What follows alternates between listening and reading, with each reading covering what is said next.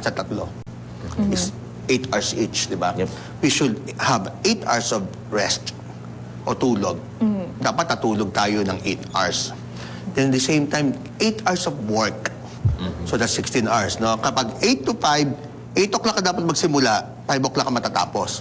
Hindi pwedeng magtrabaho ka pa ng 5:01. It's already 8 hours. And then, 8 hours of rest and recreation. Sir, paano yun? Simple. Rest and recreation, 1 hour, 1 hour breakfast, 1 hour lunch, 1 hour dinner. So that's already 3 hours. Then anong gagawin mo sa 5 hours na remaining?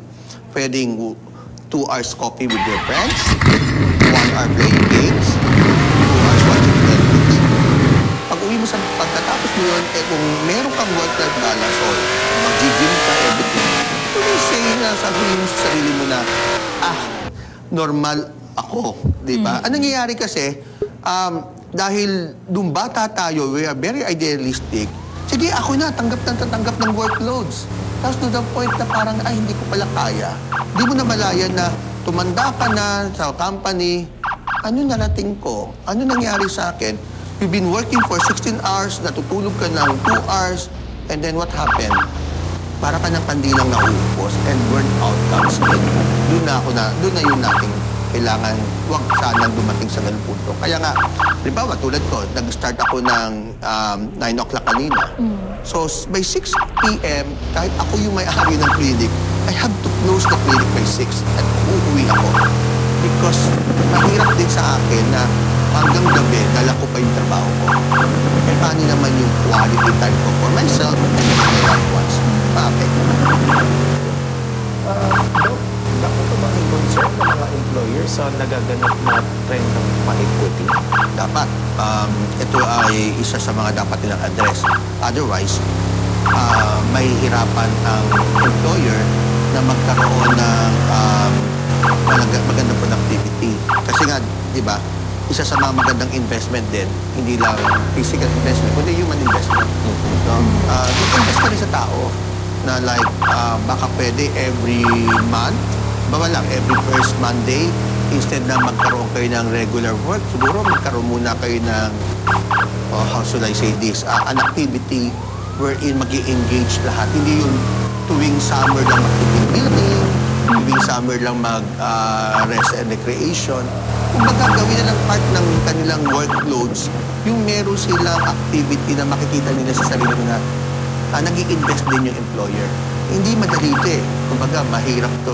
Baka magalit sa akin yung bang employer dito, no?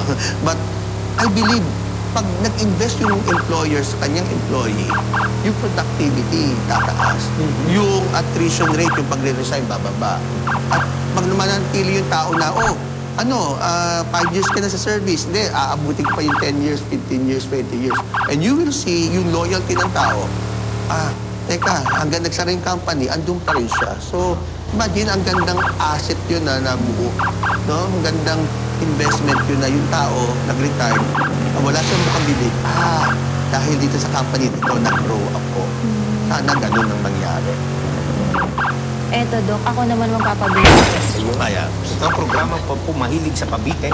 Since ako naman talaga ang pasimuno niyan. Eto, Dok, since sabi niyo nga kanina, for other people, pwede siyang maging coping mechanism, yung quiet quitting. Pero sabi niyo rin, hindi pwedeng magtagal na nakakaranas ng gano'n na isang tao.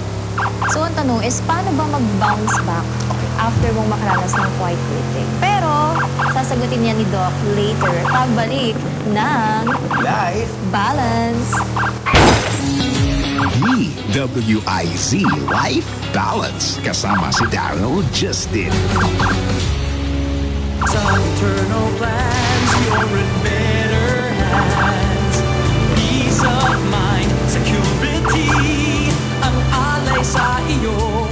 Mag-eternal plans ka na.